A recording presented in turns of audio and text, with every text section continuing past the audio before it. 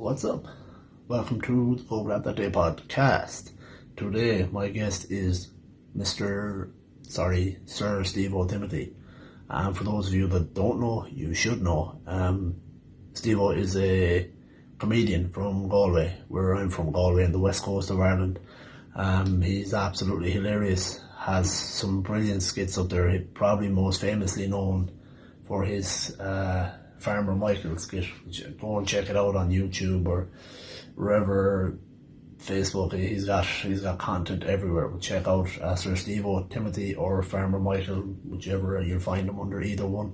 But yeah, some of his stuff is brilliant. More importantly, or which we kind of get into a little more on this podcast, is Stevo's backstory, which is quite deep, quite a deep story. Is the only way I can put it. And quite a somewhat dark, but somewhat also light story. When you see how Stevo has brought some of the things he's been through to light, kind of to help a lot of people with the shit he's been through.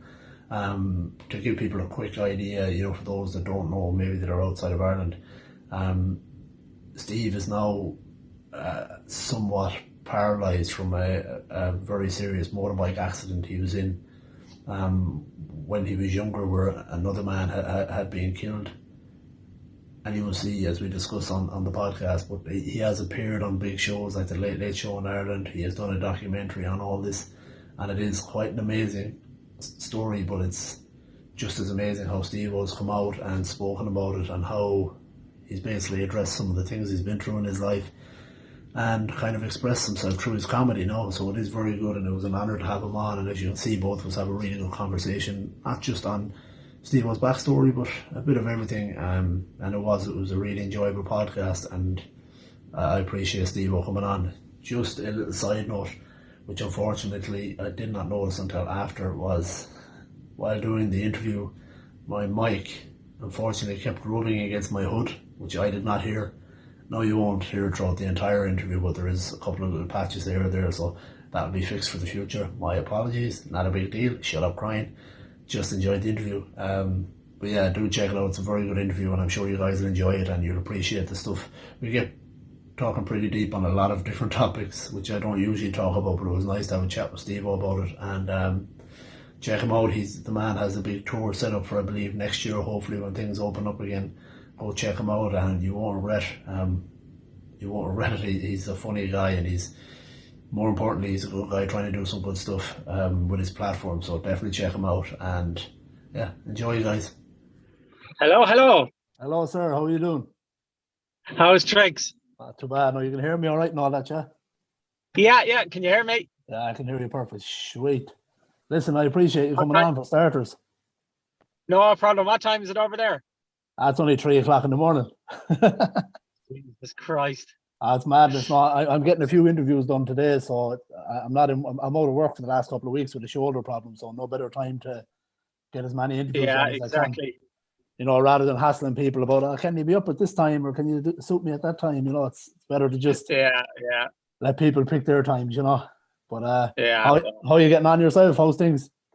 Oh, not too bad. Waiting for all this shit to hopefully end soon. I know. I saw you've set up your dates for next year, so that's a good thing. Yeah.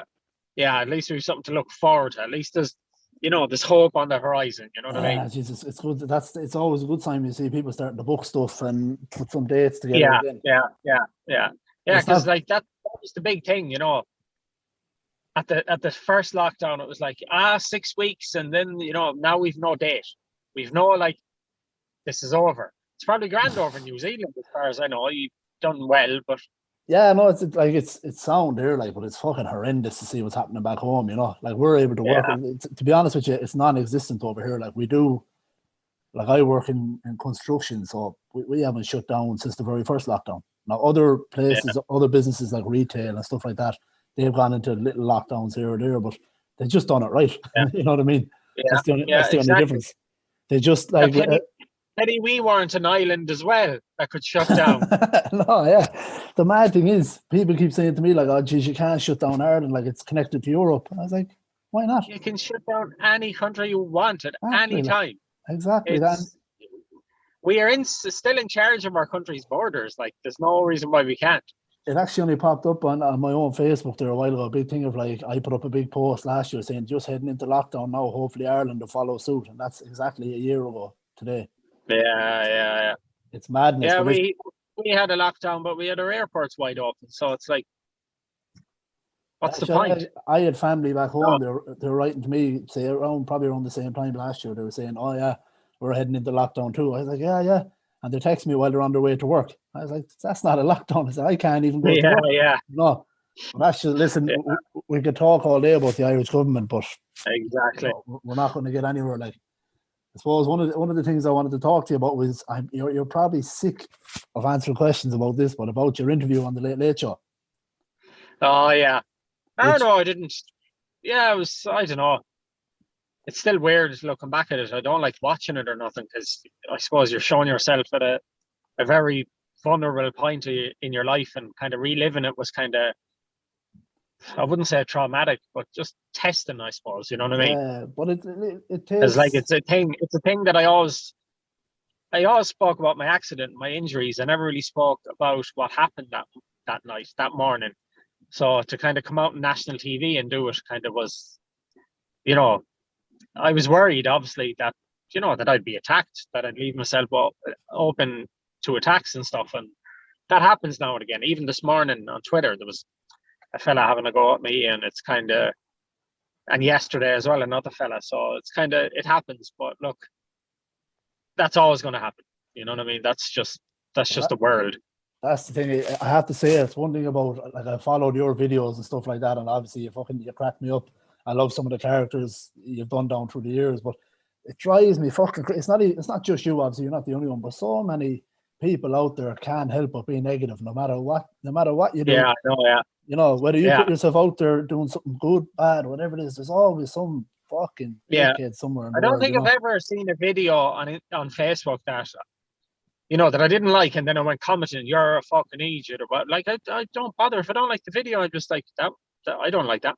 That was shit. I scroll on. I don't feel the need to personally attack or email them, Instagram message them, tweet them, all in the space of 3 minutes, saying to go kill yourself or something. Like, it's like, Jesus Christ, am I playing that much in your mind that you have to do all that? You know what I mean? That's it. Yeah. But now even more than I do, that these are people who, they wish they had the guts to kind of put themselves out there the same way you do, and they just can't do it, so they need to do something to Yeah, I've always said it.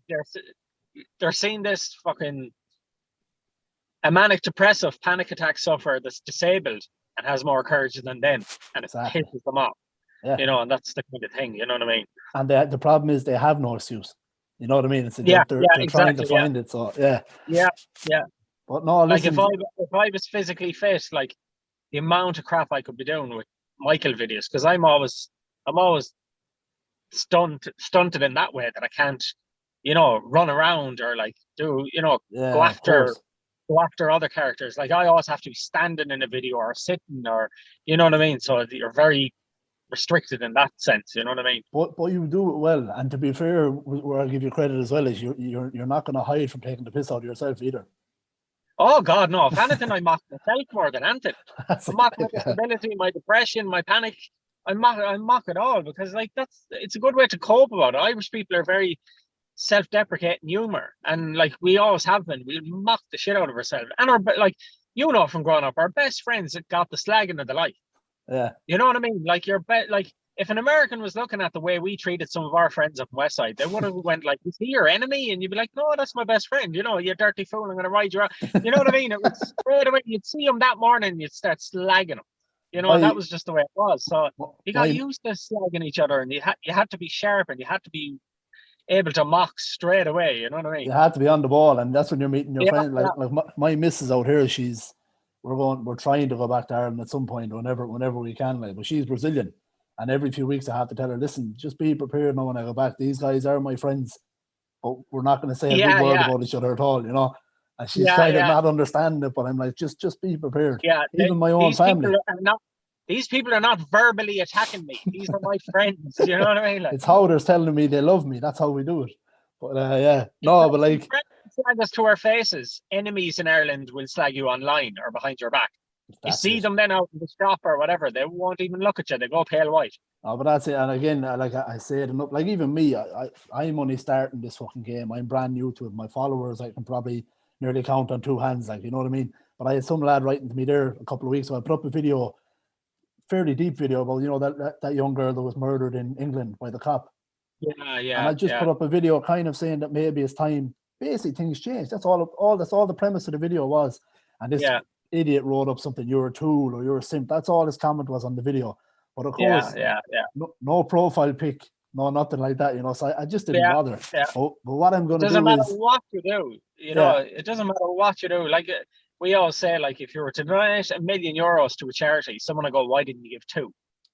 Exactly. You can't win. You know what I mean? There's always some idiot out there to attack you. Like you just got to, you know, like to say, take it on the chin, especially you, because I know you. Fuck, it drives me crazy to see the comment. Now, to be fair, you have heaps of really good comments too, but it's in us. It's in us. Yeah, it's in us to focus on the bad ones, isn't it? In fairness, we always do. Yeah. You know, it's the bad one will stand out because it hurts more, I suppose, because you don't believe the positive ones. Yeah. Because if you did, you'd be an egotistical maniac. You know, you're a genius, whatever. So you don't believe. You're like, I'm whatever. But then you believe the negative ones. Yeah. Because a comedian by nature needs acceptance, craves acceptance. That's why you do this. Yeah. You know what I mean? You want to bring joy to the world and you're putting yourself out there and you crave acceptance, because a lot of comedians I know, they're self-confidence, they just have zero self-confidence. It's, you know, and we suffer a lot with mental health issues. I think being a comedian and having mental health issues go hand in hand almost, you know what I mean? I hear that a lot. Like I said in the intro, it's almost your inability to feel joy. You want to help others to feel that. Yeah, well, one of the big things which I was going to say was, you made a comment on the Late Show about how you like to make people laugh because you can't do it, or you can't feel the need to, something like that, which is fucking deep, to be fair, you know. I remember it, like I watched the interview a couple of weeks after, because trying to get it out here was a nightmare. But that was what stood out for me. I was like, fuck, that's pretty deep, like, you know. But are you? Yeah, I didn't really think about that comment much. I just kind of thought that when I was reflecting back at what I was saying and thinking in my head, I just blurted out, like, I want to make people feel happy, because I find it hard to do so myself, more or less. And it's true. Like, I just kind of, you almost get a secondhand reflected joy back off that, knowing that people like it and are laughing. You kind of, it's almost like a reflected, cheated happiness, you know. Is it kind of almost, is it fair to say that's your way of laughing, is through others, rather than that you can't find joy, but you find it through others? It's a better way of putting it. Yeah, I find joy in, like, the positive, knowing that you actually make a difference in some people's lives, and yet you're only sitting in a car acting the clown. You know what I mean? And you actually do make a difference, whether you like to admit it or not. Like, sometimes you just want to pack it all in. Other times you're gung-ho to make videos. You know, it's up and down with me. It's like, some days I want to delete my page, delete everything, and just stop and never do it again. And a half an hour later, I could be saying to Roxy, like, "Oh, I have a good idea for a video." You know, it happens, like, when you have those, I'm sure, like, especially with you, who's firing out content all the time, you have those days where you're just kind of like, maybe that comment online is twice as big as what it normally is, because you might have got up on the wrong side of the bed or something. Yeah, exactly. A bad day, and yeah. But listen, and it actually gets you thinking, like, maybe he's right. You know, you shouldn't be giving them any credence at all. But in the back of your head and in the back of your mind, it might be a bad day, and you're just like, yeah, he's right. You know. Yeah. No, but it is that's the problem with it. When you're putting yourself out there, these things they're going to play on your mind sometimes. But in fairness, it was brave of you to say what you said on the Late Show, because I could tell myself by the interview, you went deep, because you can tell it's not something, and you can tell in someone as they're speaking, they're getting to a depth that's new, and you could see it in your face when you were giving the interview. So it's a lot. I'm sure it's done a lot for people out there who are struggling just like you. Hopefully. But that was always the thing we said, me and John's son Thomas. Like, we said, about the documentary and everything, and doing that together. And we said if we could reach at least one person, then it's kind of goal achieved. And it was very strange as well to, like, watch the documentary up in my room with John's son Thomas in the room with me. It was a very strange experience. And there was waterworks, left, right, center, which expected, but it was almost a kind of it was a testament to his strength as well as his son, that he came and watched the documentary with me in my house. Yeah, absolutely. You know, and it showed a bravery from him. People were going like, "Oh, you're a hero for talking out in the Late Late Show," and I got really pissed off at that. Then later on the next day when I was replying to tweets and stuff, so I just put up a tweet saying like, "I'm not a hero. I'm just a fucking idiot that crashed a motorbike. The Laffey family are the heroes. I'm not a hero. I just because I spoke about it openly, that doesn't make me a hero. That just makes me trying to make amends in my own way." Yeah. You know, makes sense. Yeah. If anything, I'm an anti-hero. Don't look at what I did and fucking don't do it. You know what I mean? Don't follow me, or you'll end up not following my footsteps. You'll be following my wheel tracks in a fucking wheelchair, not footsteps. You know, so. But it did, like, when people look at that story, like I myself, like when I left Ireland, I left because of the same reason, struggling with depression, things like that. And I was one of these people like, nah, never going to happen to me. But the good thing is about, like I said, what you were doing, like your story is going to be quite hard for someone to have gone through something similar, but maybe close enough. And you kind of opened the door a little bit, because people will be looking like, fuck, look at his story. That's crazy. Maybe I can now speak out about mine and kind of get what I have on my chest. You know what I mean? Yeah, hopefully, because like a lot of people see me as very, I suppose, very either controversial or very confident, and they couldn't imagine that, you know, that I suffer with panic all the time and depression, I suppose, because like people see me as confident because I spent about 23 years hiding my panic. You become a master at hiding it. You become a master at hiding these things. And especially growing up in a place like Westside, like, you know, you don't tell your friend at 16, I'm getting panic attacks. No. You hide that shit deep down and you act pure brave. And, you know, you don't, like, I think I mentioned to one friend when I was well locked, when I was about 23 or 24, I had the confidence to say it with the drink in me. I don't think we ever mentioned it again after that. You know what I mean? It was.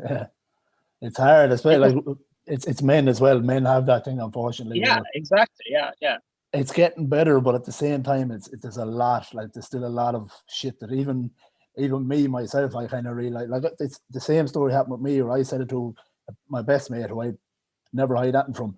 Said it to him one day how I was struggling, and exactly what I was going through, he was going through, and the two of us were oblivious to it because neither of us would tell each other that kind of thing. Like anxiety and things like that. It happened to me about a year ago. A friend that I've known for ages, and I started chatting to him about panic attacks and everything. He was like, "Oh yeah," and he never said a thing. Yeah. And then about a year ago, he said to me, like, "Yeah, I had them as well." And I was like, "What the hell? We were talking about this, like," and you were like, "Oh," you know, and he just didn't feel comfortable saying it out. Then he told me, like, a few years later, like roughly a year ago, that he had them as well. Like. Everyone's kind of it's and the same way he couldn't imagine me having them, I couldn't imagine he was having them. It's crazy. Like everyone is kind of, you can't get someone to speak about it. It's kind of they have to sort of feel it themselves and go, okay, and now's the time to do it.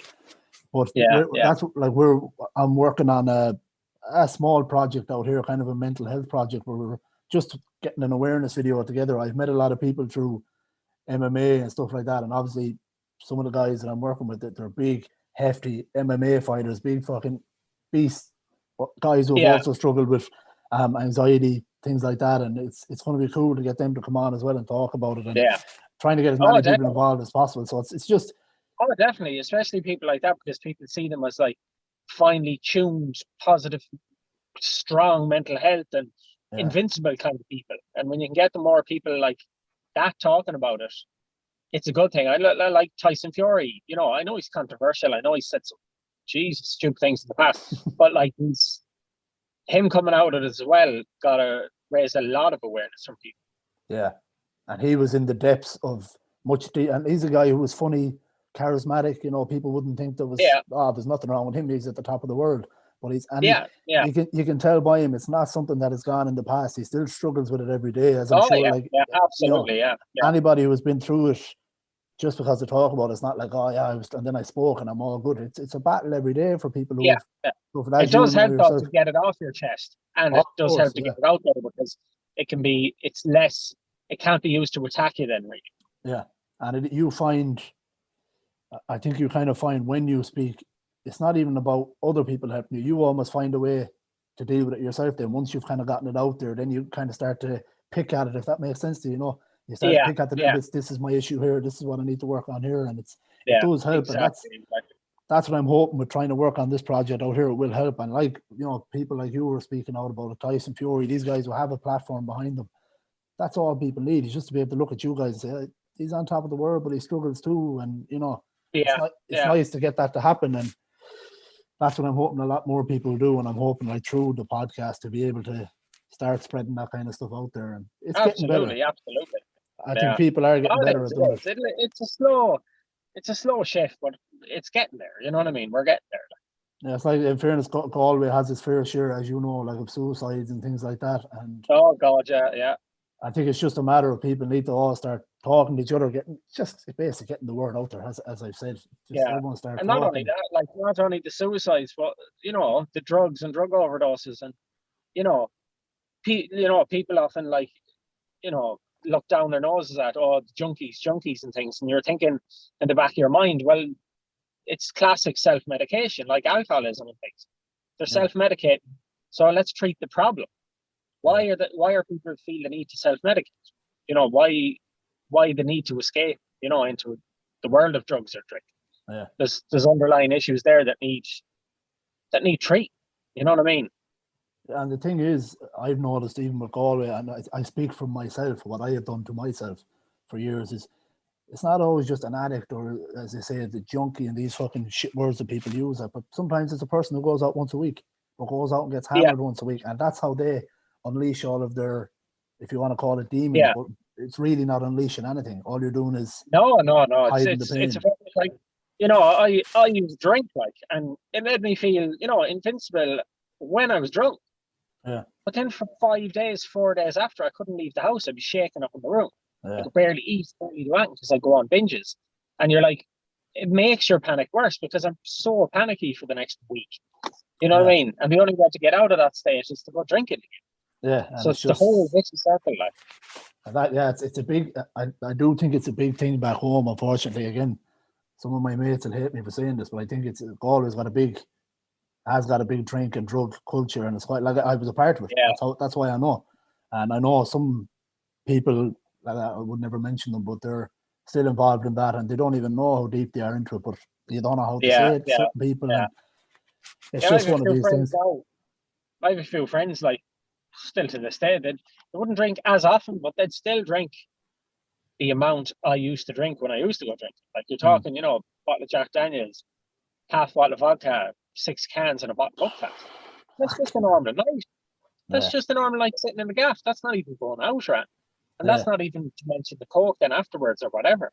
You know what I mean? And, like, I'm looking at that now going, like, Jesus, I was doing that at a very early age. Like, I remember going home with a bag of drink when I go down to the office. And the outfit would look at the bag and goes, that's not all for you, is it? Jesus Christ. And I'd be there, no, that's for me and the 3 lads. No, it was all for me. Yeah. You know what I mean? Like, my outfit was always a drinker that would have 3-4 down the low, 4 or 5 nights a week, but he'd never go above that. Yeah. You know, and myself and my brother, even we talk about it to this day, going, like, we wish we could be like him because we're both bingers, you know, but we can't. You know, some people just have that, some people don't. I'd have 3 or 4 even now, and I get that nice warm feeling inside and start to feel really good. And what's going to make that feel better? More drink. I just can't stop. I can't stop till I'm out. Then I'll wake up drunk, hungover drunk, and I'll go again. You know, and that could last God knows how long. And the funny thing is, like, I know people, like mates, like their old lads or someone like that. Same thing, they go a few nights a week, and I'd be like, geez, I wouldn't do that now. I'd only go once a week. But when you actually add it up, I do more damage to myself that once a week than what they were doing 5 nights a week, which people don't realize. It's just they don't add it up, like, you know. Yeah, because if they're only going down having 2 or 3, and sure, at a weekend, my God, the amount I drink could be way more the equivalent of the outfit drinking a week in the pub. You know what I mean? Yeah, well, we don't realize. And he that went down for the literal old-fashioned Irish man sense. I happened to chat that, you know, the lads talking politics, talking GA and stuff. That's what he went out for, the crack and the escape, I suppose, as well, because my mom was sick and I'd mind my mother and he'd go down to the pub, you know, for a few pints, like, so that was his kind of social outlet. Like. Yeah, go down, have a chat with his mates and actually converse. Yeah, exactly, yeah. So for you, in terms of, obviously you're not drinking or anything like that anymore, but how do you find you find something to replace that now with just your comedy, or is there other things you're looking at, or how you actually? I suppose what do I use to replace it? I suppose just like sitting down with Roxy and watching a good film or something like that, and getting a bit of food, or if I go out, I'll still go out to a pub. I won't go to a nightclub because it gets messy, but I'll go out to a pub and I'll just drink tea, and I'm comfortable enough around drunk people to a certain extent. I'll leave before it gets too messy. Yeah. But I will go out and I'll just sit there and I'll drink tea and enjoy being sober, I suppose. It took me a while to be able to do that. You know what I mean? It wasn't overnight that I could just pop into a pub and drink tea. Yeah. I'd be just looking at the boys going, oh, fucking hell, I wish I could start drinking right now and catch up with them. That was my, but now I look and I kind of think, thank God I'm going to be waking up fresh tomorrow morning. They're going to be puking their ring up, you know what I mean? It is a so yeah, so I suppose, because like you're letting your demons win if you stay away from the pub for the rest of your life. Yeah. You know what I mean? But to be able to go in there, I know it's not easy, but after a while to be able to go in there and just have a cup of tea and enjoy the surroundings and enjoy the atmosphere, Yeah, but you do find, like, in time, for like I obviously I still have a few beers now and then, but I don't do near as much as I used to. But you do find it's very easy to go out and have a night out without the alcohol. It's just it's just getting used to it. That's all. Like, you realize you can still you're still the same funny guy when you're drinking. Exactly, yeah. It takes you a while, it takes you a while to relax in the surroundings, I suppose. But once you kind of relax in an hour into it, the lads are having a pint or two, and you're on your 5th cup of tea or whatever, you start cracking the jokes, and the boys will start cracking the jokes, and it's still the same crack. You know what I mean? Yeah, it's just a matter of getting used to it. And the boys will eventually get used to the fact that, ignore the cup of tea, like, he's still able to have the crack as well, Yeah, exactly. And they always do, like, Stevo, another cuppa, they'll always will. And plus, I'm the soft lift home then as well. You know what I mean? So it's win-win. The boys will supply me with tea, I'll drop them back. You know what I mean? Yeah, they'll be getting you out all the time now with a cup of tea, yeah. And it's handy as well to have a sober friend around as well to kind of, go on to fuck head. You know what I mean? Yeah, it's true though, yeah. Bit of advice. You're there to look out for them, That's as exactly it. It's hard to listen to the fella that's drinking a shot beside you, in fairness, like, so at least if he's on the tea, he's speaking the truth. The other thing, exactly, I wanted to ask you as well, this again is a question that could get me in trouble, but I found that something, I don't know, is it Galway in particular, or is it Ireland, or is it something like that? But I think it's a place, now it's different with you because you're someone that stepped out of your comfort zone. But I think it's a place that's very hard for people to do so. Would that make sense to you in terms of stepping out? Yeah, it is. To kind of, like, we shoot people down that raise their heads. Yeah, exactly. It's a very Irish thing. Like, we always talk about the Irish begrudgery, like, but we do that. Anyone that raises up their head or anyone that stands out from the crowd, we do shoot them down. It's what we kind of do. Like, I was over in England loads of times, in Liverpool especially, and people would come up to me going into, like, Everton matches and stuff, and they come over and say, like, I don't find you funny at all, but fair play for doing what you do. You'd never get that here. If someone doesn't like your comedy here, they literally want you dead. Yeah. They think you're an annoying cunt and they want you dead. They don't know nothing about you. Yeah. Just from a comedy character I play, and they think you're like that, or they think, and it's weird because if I played Michael in a movie, they'd go, geez, that was a good job in the movie. Yeah. They wouldn't confuse the two. Yeah. They'd know what's happening. Yeah. But when you're doing it for comedy and sketches, they can't seem to kind of distinguish between the person and the character, and that, right, I'm not like the character, or I'm not like that in real life, or that I do more than just shout in the car. Like, I do a lot for, raising awareness for that, charities and things. Like, I try and do my best with the platform I have, because I feel there's a moral imperative on you, if you have a platform, to use it for good. Yeah. Like I said years ago, I could have always went down the safe route and eliminated certain words from a comedy, or didn't do the controversial subjects. But, like, who am I then? Yeah. You know what I mean? Like, I'll just be another Irish comedian to go, oh, let's go for pints and do the GA. Like, I think you should be talking about things about politics, about Corona, about abortion, about Black lives, about travellers, about, like, it should be a thing you discuss. Yeah. Like, hopefully, because I've talked about some of them topics, that I'll outlive the ones that just did a video about GA or the wife getting picked. You know what I mean? So you want to be kind of known. I suppose you want, like, we all have our thing as humans to leave our imprint in this world when we're long dead and gone. You know, all have that urge. We have that urge to leave something behind. I hope at least, because the videos are done and because of some of the topics are done, and like, don't get me wrong, they're not all highly satirical. Some are just childish humor or football or pulling the piss out of the wife or whatever. But some of the ones are done about, you know, Down syndrome or disability, depression, anxiety, as I said, racism and things like that. And I'm glad that they're there and they'll be forever there. You know what I mean? But I think that was something. It terrifies me. I say that I'm always afraid, because one thing I love about being Irish, and it's one of my favorite things about the Irish, is that we will pull the piss out of anything, and we don't we like everything is kind of we'll be grand. I love that attitude about the Irish. I don't think it's anywhere else in the world, and I feel that could be getting lost along the way a little bit. You know what I mean? Yeah, it's kind of that it's become very much. I wouldn't say PC. I'd say it's a very much middle and upper class Ireland that's winning now. And the slagging, the rural pub slagging kind of thing seems to be dying out. Slowly dying out. And the humor that's taken over now is very safe and very woke, because once again, people can't distinguish between the character. And for me, when they don't get satire, it's really depressing. Like, people will go like, that video is very racist, and you're like, no, I'm taking the position of the opposition and exaggerating it to such an extent to make them look like fucking idiots. And that's the aim of it.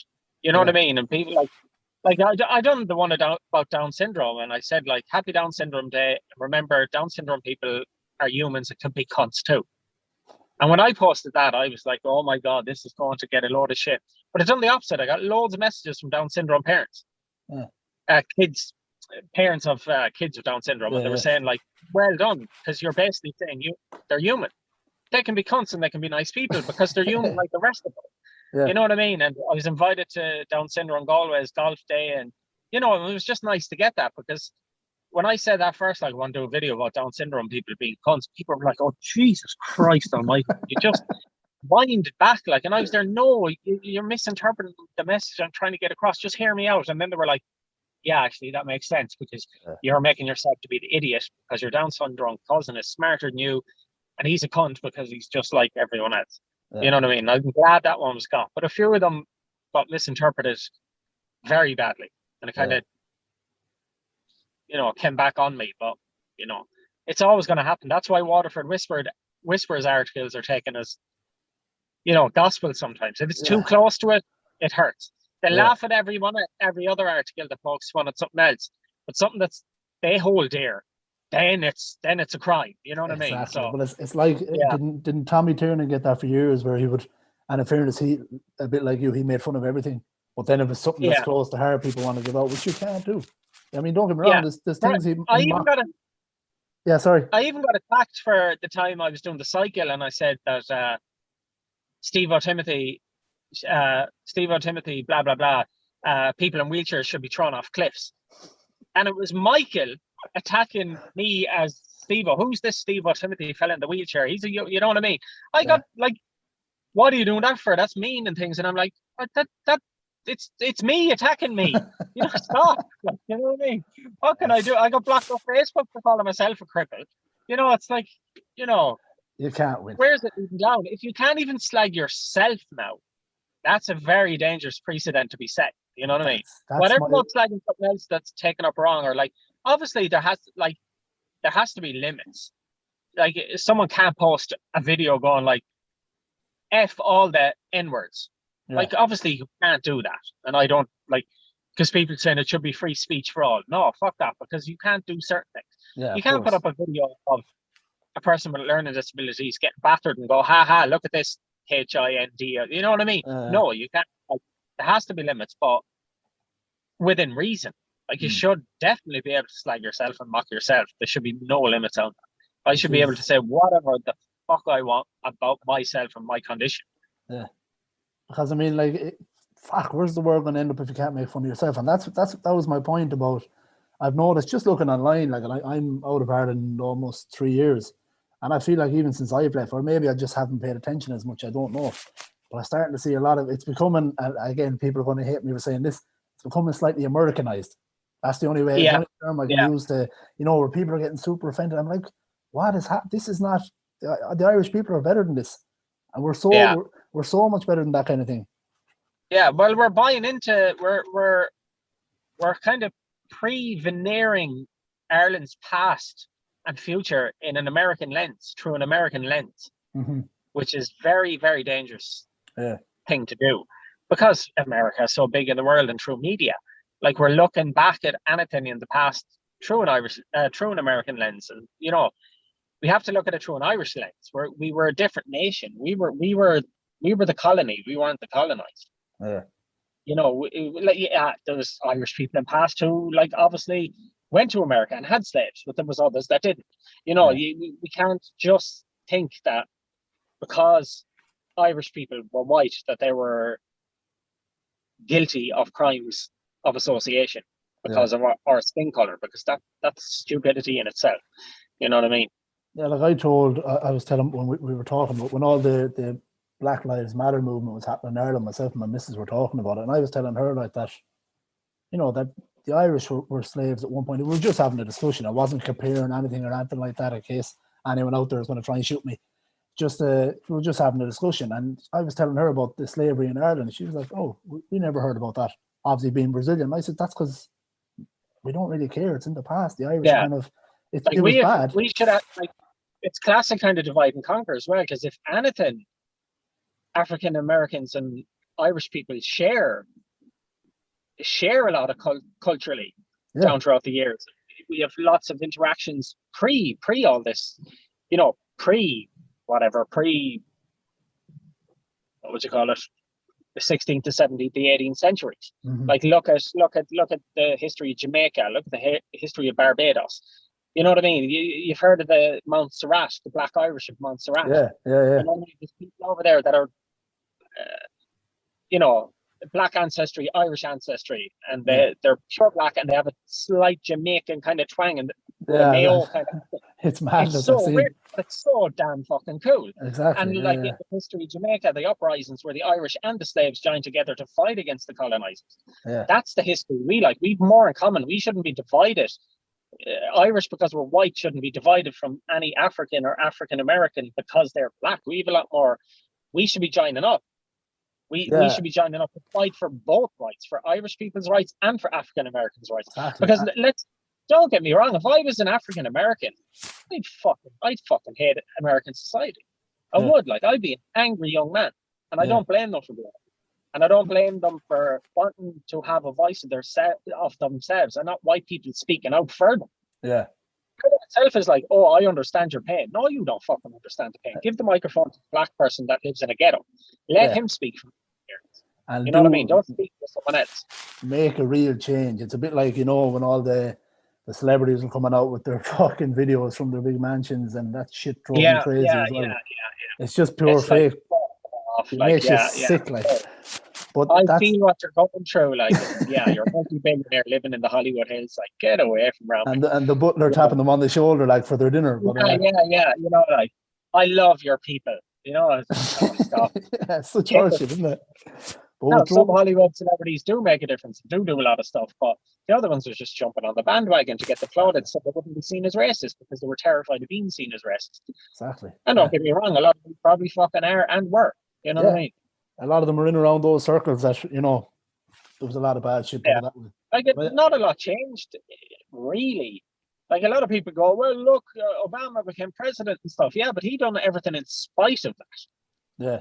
America is not a system that is set up for an African American. Like, don't even get me wrong. Obama succeeded not because of his color, in spite of his color, but he was a well-off middle-class type. Like, a white working class person in the ghetto or a Black working class person in the ghetto, the chance of them becoming president is fucking slim to none. Firstly, because money. To run, like, it's not the presidential system in America is not democratic, because a poor white person can't run. A poor black person can't run. A poor Mexican immigrant can't run. You have to be very, very wealthy and have wealthy backers. And to have wealthy backers, you need to promise certain things to certain lobby groups, to certain things. You know what I mean? So it's all money. You know that this is money talks, and it's as true as anything. Yeah. I just hope that kind of with this pandemic and the amount of shit since this pandemic has started, the amount of stupid shit that has happened between the BLM movement. Now, I'm not saying it's a bad movement, but just where they're attacking businesses and stuff like that, and even where it's happened in Dublin and parts of Ireland as well. It's great for these people to have a voice, but just there's better ways to go about it. Attacking. Oh yeah, but you're always going to have that. Like I know, like think if, say, West Side years ago, and we were looked down upon by kind of a lot of people in Galway. You were seen as a West Side scumbag. You were seen, you were kind of fucked away in your own little corner. And imagine if we were a different race from the other people that were doing that to us. And a load of people went protesting, and one fella fucked a brick through a fella's window. I'm going in through that window as well. Yeah. Because if I don't feel a part of that society, I'm going to steal from that society. I'm going to take from that society. Yeah. I don't feel a part of it. It is not my society. So I'm going to fucking take from it. So I understand that anger in a way. If you don't feel a part of that society and you feel discriminated against by that very society, then you're going to take from that society what you feel like they owe you. No, I do. The thing is, I get that, and if it was me, I'd be the exact same way. The problem is the ones who are doing the real work, then it sets them back 10 years. I know, yeah, because it reflects badly. Yeah, I know.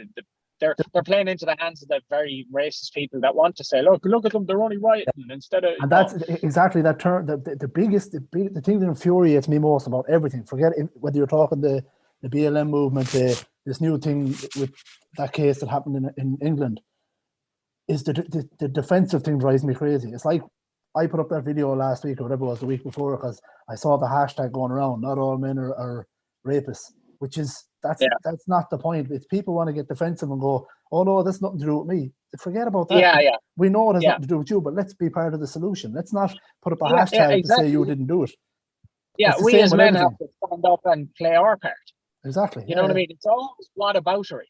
I'll put up a post for someone that asked me to retweet something on Twitter, and I'll retweet it, and someone will go, what about? And they'll insert name, and I'm like, what's that got to do with that? Exactly. You know what I mean? What about? Just, focus on the issue at hand. You know what I mean? It's But and that's on every. I'm talking about everything. No matter, like you just said, it's everything. Someone has to put up. Oh wait, that's not my problem. No one's saying it's your problem, but be part of the solution. Because right now you're being part of the fucking problem because you got to go. What about me with your hashtags? And that's happening with. Like I said, it's everything. No matter you fucking anything, whether it's BLM, whether it's the Me Too movement, whatever it is. When I put up the video about racism in America, all that was in it was names of white people that were killed by African Americans, and I was like commenting under, that was a horrible crime. That was a horrible crime. What's that got to do with the case of the black guy getting killed? It's just classic whataboutery. It's like deflecting from dealing with that event. What about him? You know what I mean? And then what happens is you end up getting people stepping over the incident to argue with this other person about the incident, and the incident is left falling down. It's kind of left out of the news, and people are just because I tried getting like a woman's side to come on the podcast. I'm still going to try and do it, not to have a debate by any means, but just to get the two of us to sit and actually have a conversation to where what she thinks us as men should do, and for me to say, well, here's what I think is where that's not going to work. You know what I mean? And that's what people need to do rather than start. We need to listen. We need to listen instead of giving our opinion. You know what I mean? We need to listen to, like, everyone has gone on with this, like, the African community in Ireland are treated good. They come over here and they get their free house and all that bullshit. And then when they say anything about racism, we say, well, that wasn't proper racism. You know what I mean? You can't do that. You have to listen to their voices, as well as we have to listen to women's voices in Ireland and to listen to traveller voices. Travellers seem to be the last acceptable people that you can literally be discriminatory to get against, and we're all guilty of it. I'm guilty of it. I did it when I was a teenager. We all did it. You know what I mean? And thankfully now, like, I know a lot of travelers, I talk to a lot of travelers, I hang around with travelers, I have travelers in my house every week, you know, and there's travelers that I would love to shoot in the head. There's other ones that I give a hug to, as well as the same community.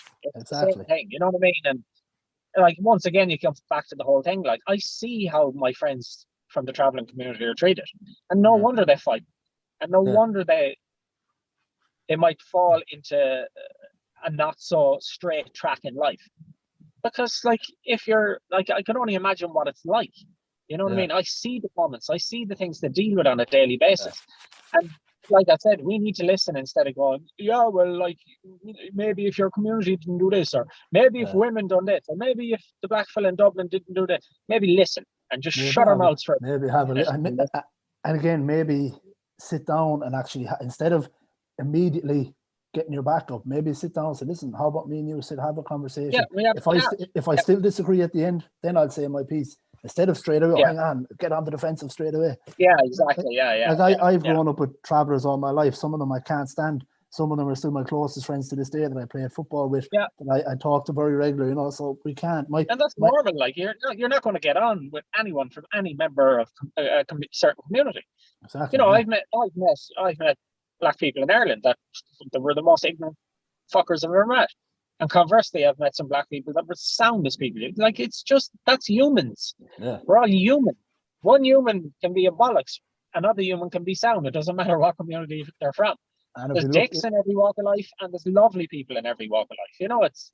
And I know a big thing back home, which, you know, I've probably been guilty of saying it myself and things like that, which, you know, a lot of the people that are coming into Ireland and they're committing a lot of the crimes, instead of kind of looking at why the fuck are they committing a lot of the crimes?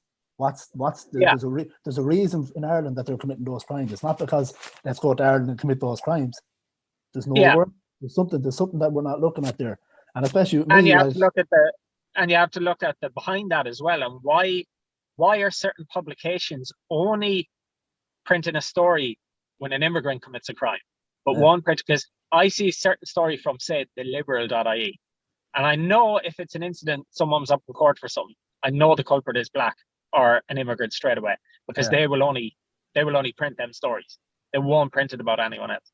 I've noticed with them too. I think it's that paper, that website, that all I've seen the last few weeks is bad news. Every headline is new fucking variant of some fucking cold coming in. And, because it gets people clicking in, it gets people commenting in the comment box under, and that equates to more clicks on ads on the website, and that makes them money. Well, you know what I mean? Again, my bird is Brazilian, and she was kind of worried about, because we're going back to Ireland. Obviously, she's a lot of visas and shit to sort out. But she was getting this thing about she was seeing in all the papers about the Brazilian variant of this cold, whatever. And she was like, "Oh, that's gonna fucking ruin her name." And I looked into it, and the CDC, which is the Center for Fucking Disease Control, which I think they know what they're talking about, they said that this variant, all it is a little more contagious, no more dangerous than what the original variant was. But yet the papers in Ireland it's less. It's way less. It's way less. But the papers are printing how it's the worst thing. Yeah. Yeah, and a lot of people are conflating now when it says in Ireland 700 cases, but of which variant? It doesn't distinguish. Yeah. Like which is the original coronavirus COVID-19? Which is the COVID-19 B117 or whatever it is? Which one is it now? Which one are we having more of? Or we're having the one that is way less lethal than one that's not that lethal in the first place. Yeah. And it's more contagious, but who cares if it's more contagious? A cold is very contagious. It's not going to affect us. So they should start distinguishing which is which. Which is the I think it's the Cambridge one, which is the Brazilian variant, which is the South African, which is the original one that is the one we're all locking down from. Yeah, you know what I mean? Yeah. Well, like, I haven't seen that. I put it up on Twitter, all right, one day. I was like, how come the numbers aren't distinguishing? It's just given 700 cases or 300 cases a day. It's not which is which, like. But yet it's so important to print it in the paper and say, "Oh, this new yet they're not tracking the numbers." So you know what I mean? What does that tell you? I had to say that because if we're only having 20 cases of the original one, that's kind of grand. Things are if the 600 other cases are the Brazilian one, which is more contagious, but it's not dangerous, then we're grand, we're sound. You know what I mean? Well, they don't want to track it. You know what I mean? Back to normality, like. Yeah, it's just I had to say, because we're on I have a group with my family back home, and I had to write them, said, listen, stop paying attention to the papers and the news, because I still Yeah, see them all out here, and it's brutal. Just every fucking day, something else bad. Numbers this, numbers that. it's bad for our mental health. Like, it's just, That's exactly we're my, constantly being flooded with horrible bad news, and it's, you know, get out in your car and drive, within your 5 kilometers in case you get pulled, but just go to the sea or something, or just, you know, get out and try and, like, just turn off the telly maybe for a while. Like obviously I'm on Facebook all the time, and I have to be. It's my job. Otherwise, I probably would have deleted the apps ages ago. I probably would have just fuck that. I'm tired of this anymore because it's nothing but crap. But I'm here in my apartment here for the last 2.5, 3 weeks now, because I'm told not to do anything with my shoulder. So it's fine, like, but I'm watching TV, but I'm fucking cracking up. And then I'm thinking, Jesus Christ, all the people back home, this is what they're doing for nearly a year, pretty much. Obviously, you can go outside, but you're still restricted. It's an absolute joke, and that's, I've been saying to get back home. Get and out everyone you meet, then that's what they're talking about as well. That's the problem. So it's just, you know, you're inundated with it. Like, you basically can't escape it. Because it's even on these podcasts, I had another lad from Galway, Dave McDonough, a couple of weeks ago, and I swore I wouldn't talk about COVID, but sure, you can't avoid it. You have to talk about it, because it's like what they say, the elephant in the room. But it's just unfortunately the way you have to discuss it. Like, it's the way it is. It's like when Game of Thrones was out and you haven't watched it, but everyone was talking about it, so you had to get with it. You know what I mean? Yeah. That's a fucking fact. That's exactly what it's like. But look, that's just the way things Game are. Of Thrones and coronavirus, huh? You're about to get slated online now for that. Yeah. Both were virulent anyway, I'll tell you that much. Yeah, but you fucking listen, your comedy and stuff like that's what's probably keeping people sane, even though you get a lot of shit comments and stuff like that, I understand, but I'm not going to hold you too much longer on this. I really appreciate you coming on, Steve. It's you're absolutely welcome, man. It's my pleasure. I knew it would be great to chat to you, and I really do appreciate it. But listen, fuck all the haters. You're always going to have them. Keep doing what you're doing, because I think you're brilliant. Same to you, bud, and I hope it gets big, and they will come out, but just keep doing what you're doing and don't listen. I'll have great fun fucking having a no slagging match with them online for a while anyway. Keep me busy, you know what I mean? Yeah. Well, listen, the best of luck to you, and I can't wait to see whatever you're coming out with next, and keep at it. Thank you so much, bud. I appreciate it. Take care of yourself, Steve. Appreciate it. Go on. Talk to you. Bye. Welcome back. So yes, that was Sir Stevo Timothy. As you can see, it was a pretty deep, somewhat deep interview. It wasn't that deep, but we got into a lot of things. And as you can see, Steve is quite an open guy. We were able to have good open discussion about a lot of different things, which, as I said, I wouldn't normally talk about, but it was quite enjoyable to discuss them with him. And again, apologies for the little bit of mic rubbing there. I know it was irritating. But I shouldn't have spoiled the interview unless you're a whinging motherfucker, which I hope you're not, because not going to do me any good. But yeah, good interview with Steve, and I really appreciate him coming on. I wish him all the best with he's got so much stuff coming up. I'm sure especially when the borders and all that open with Ireland and everyone's not stuck behind doors. But check him out on his platforms. As I said, Sir Stevo Timothy, where you see all his comedy sketches, all his tour dates coming up, all his, basically everything he's putting up. He's putting out heaps of content all the time. Bits of everything. I'd be all day if I tried to talk about all his different stuff, but do check him out. He is hilarious. And again, I appreciate you coming on, Steve. It was an honour to talk to you, and hopefully we'll do it again down the line somewhere if I irritate you enough. But yeah, I appreciate it, guys. I hope you enjoyed it. Please, I cannot stress this enough, if you have not subscribed to my YouTube channel, subscribe now. It's free. I'm not going to be irritating you. Well, actually, I'm probably going to be irritating you a lot with videos, but it's free. Just go ahead and do it. Click the red button, subscribe, help get my numbers up, and we get more brilliant guests like Stevo on, and we can have lots more fun, and you can hear me irritate the shit out of your ear holes a lot more. Cheers, guys. Go wrap that day.